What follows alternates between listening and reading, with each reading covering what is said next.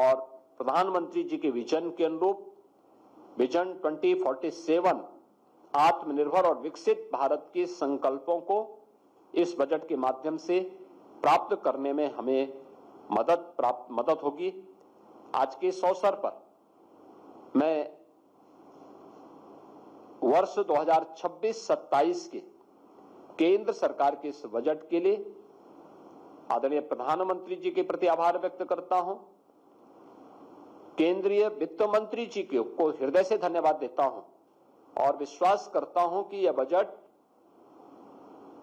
विकसित भारत और विकसित उत्तर प्रदेश के प्रधानमंत्री जी के विजन को आगे बढ़ाने में एक निर्णायक भूमिका का निर्वहन करेगा। धन्यवाद जी।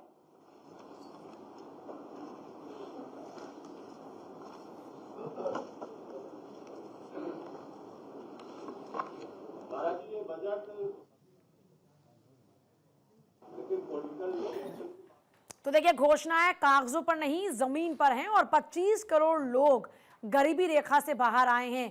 केंद्रीय बजट पर महिला एमएसएमई सेक्टर में कार्य करने वाला जो गरीब है, जो लाखों लखपति दीदी सी मार्ट के माध्यम से लाभान्वित होंगे,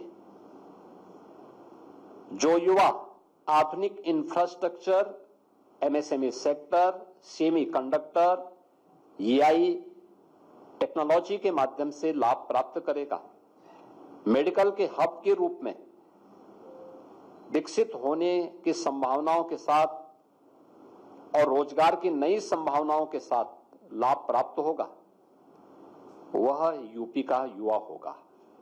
यूपी की लगभग 56 से 60% आबादी युवा है और वह इनका सर्वाधिक लाभ लेगा। हमें याद रखना होगा कि जो लोग इस बारे में बात करते हैं उनसे पूछा जाना चाहिए कि डबल इंजन की सरकार ने देश के अंदर 25 करोड़ लोगों को और यूपी के अंदर 6 करोड़ लोगों को आत्मसम्मान और आत्मगौरव के साथ आगे बढ़ने के लिए आगे बढ़ाया है, वो आत्मगौरव के साथ आगे बढ़ा है। आखिर यह कार्य उन्होंने अपने समय में क्यों नहीं किया? आखिर पीडीए तब भी रहा होगा, लेकिन उस पीडीए की चर्चा तब क्यों नहीं थी? तब केवल परिवार की चिंता क्यों थी? तो पीडीए तो बहाना है, असली लक्ष्य तो असली निशाना तो केवल परिवार है कि परिवार के लिए कैसे हम लोगों को गुमराह कर सके। इसलिए यह हमारा राष्ट्र रूपी परिवार के लिए विजन लेकर के प्रधानमंत्री जी आए हैं, पूरे देश को एक परिवार के रूप में मान करके, और गरीब का हित हो ये हमारा लक्ष्य है। नौजवान, युवा, अन्नदाता, किसान, इन सबके उत्थान के लिए कार्य किया जा सके। देश में आधुनिक इंफ्रास्ट्रक्चर पैदा हो, इंफ्रास्ट्रक्चर बने और उसके माध्यम से हम विकसित भारत के लक्ष्यों को प्राप्त कर सकें, आत्मनिर्भर भारत और विकसित भारत के लक्ष्यों को प्राप्त कर सकें। ये विजन है और वही विजन बजट के माध्यम से देखने को मिल रहा है। स्वाभाविक रूप से जो विजन लेस हैं, जिनके पास भविष्य की कोई योजना नहीं है, वे लोग इस प्रकार के अनलगल बातें करेंगे। राहुल गांधी कह रहे हैं कि असली समस्याओं को नजरअंदाज करने वाला ये बजट है, इसमें ऐसा कुछ नहीं है जो आने वाले समय में यूथ का डिसाइड किया जाए। हमने बता दिया ना कि इसमें आज की नई इमर्जिंग टेक्नोलॉजी के साथ यूथ को जोड़ने का काम हो रहा है। ये आधुनिक 12 लाख, आप अनुमान करिए कि 12,20,000 करोड़ केवल देश के आधुनिक इंफ्रास्ट्रक्चर के लिए समर्पित किए गए हैं। हेल्थ के 5 नए हब देश के अंदर अत्याधुनिक हेल्थ के बनने की दिशा में नए कार्य होने जा रहे हैं। 5 लाख की आबादी के सिटी में नए इंफ्रास्ट्रक्चर के लिए बजट का प्रावधान किया गया है। महिला समूह को सी मार्ट के माध्यम से, एसएचजी से सी मार्ट तक की इस यात्रा को आगे बढ़ाने के लिए, और एमएसएमई सेक्टर जिसमें रोजगार की सर्वाधिक संभावनाएं हैं, इस सेक्टर के लिए जो घोषणाएं की गई हैं ये उत्साहवर्धक है, एक निर्णायक भूमिका का निर्वहन करेंगे।